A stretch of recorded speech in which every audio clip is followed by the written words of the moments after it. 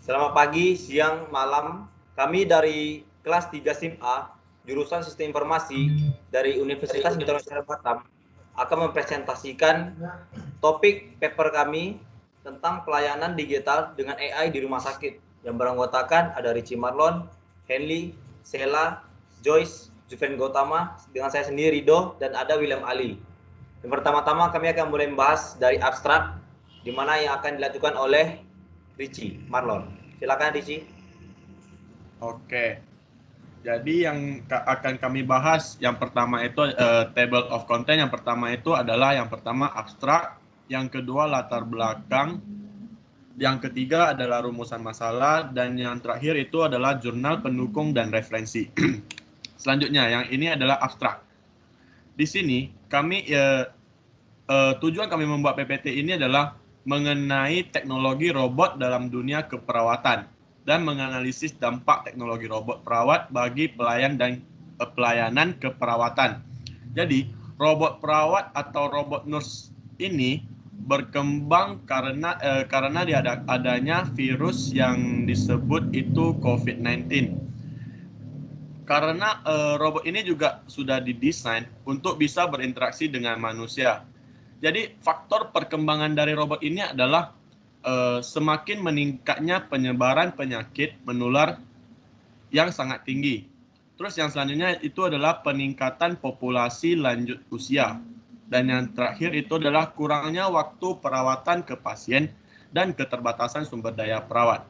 Oke, selanjutnya akan dibahas oleh Henley. Kepada Henley kita persilakan. Baik, terima kasih Richie Marlon.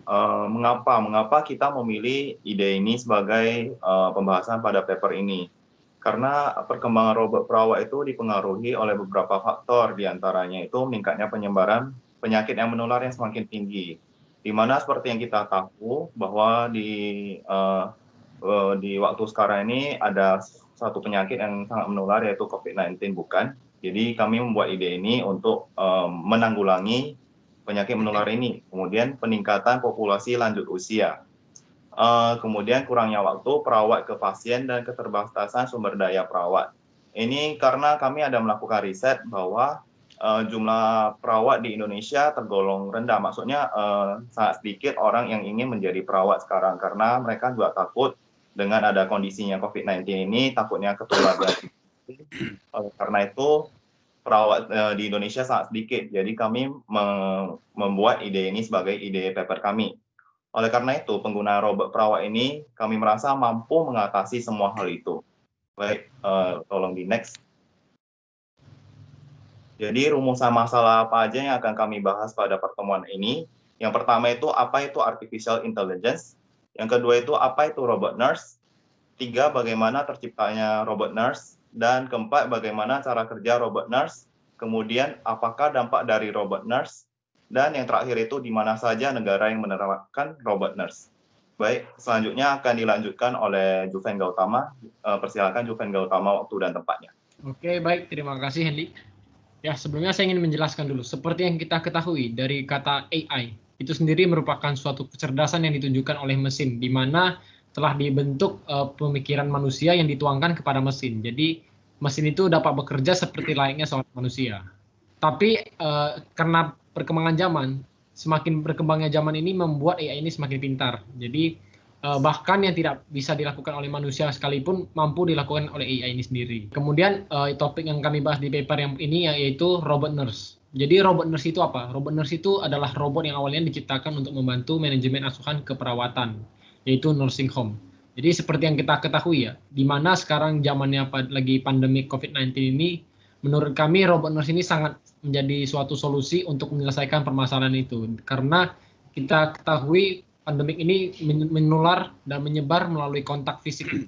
Jadi melalui robot nurse ini kita selaku manusia bisa menuangkan pola pikir manusia atau dokter ataupun perawatnya kepada robot nurse ini sehingga tidak perlu banyak sentuhan tangan dari manusia itu sendiri. Jadi dapat terhindar dari angka penyebaran COVID-19.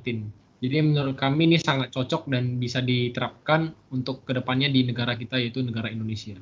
Demikian, terima kasih. Berikutnya saya berikan kepada teman saya. Bagaimana terciptanya robot nurse? Robot nurse itu pertama kali diciptakan karena adanya peningkatan angka harapan hidup dan penurunan angka pertumbuhan penduduk yang menyebabkan para lansia menjadi kesepian dan depresi.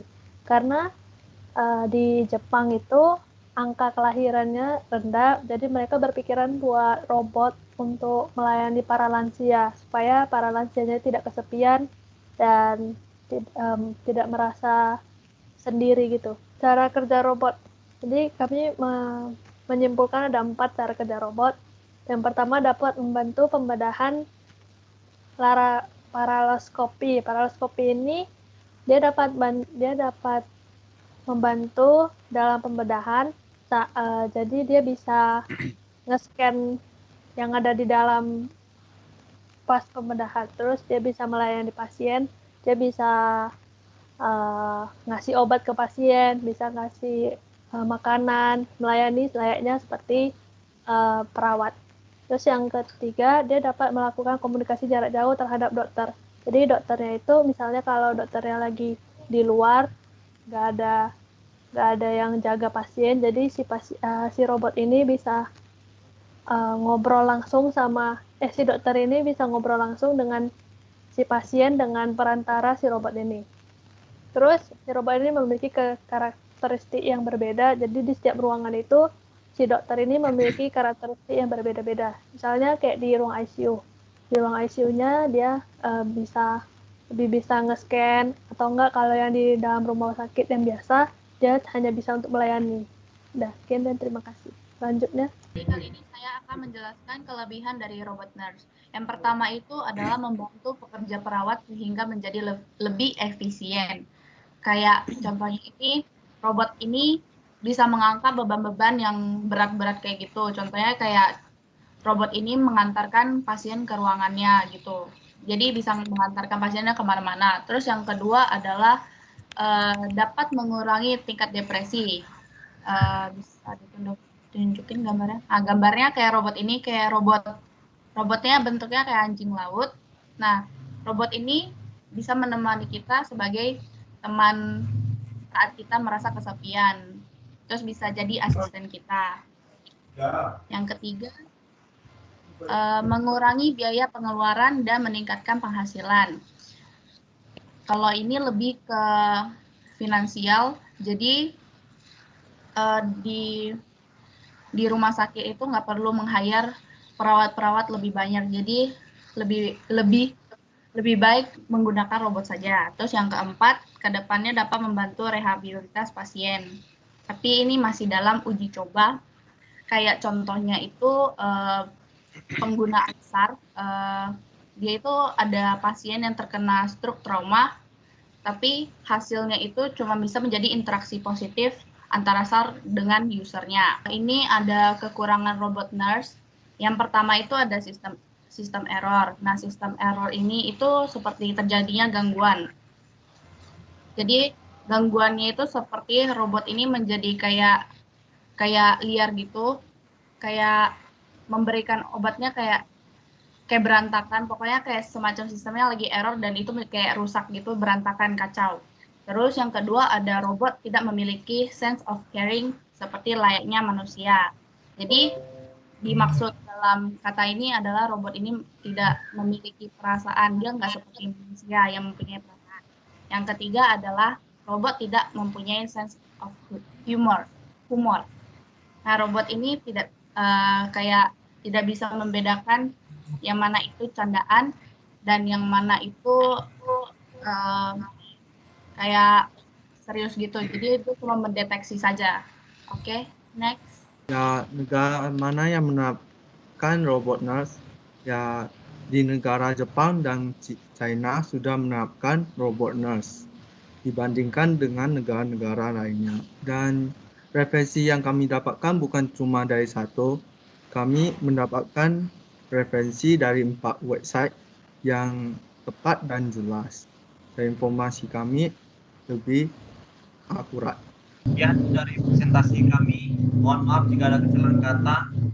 Selamat pagi, siang, maupun malam dimanapun Anda berada. Terima kasih. Stay safe and stay healthy. Stay safe. Terima kasih.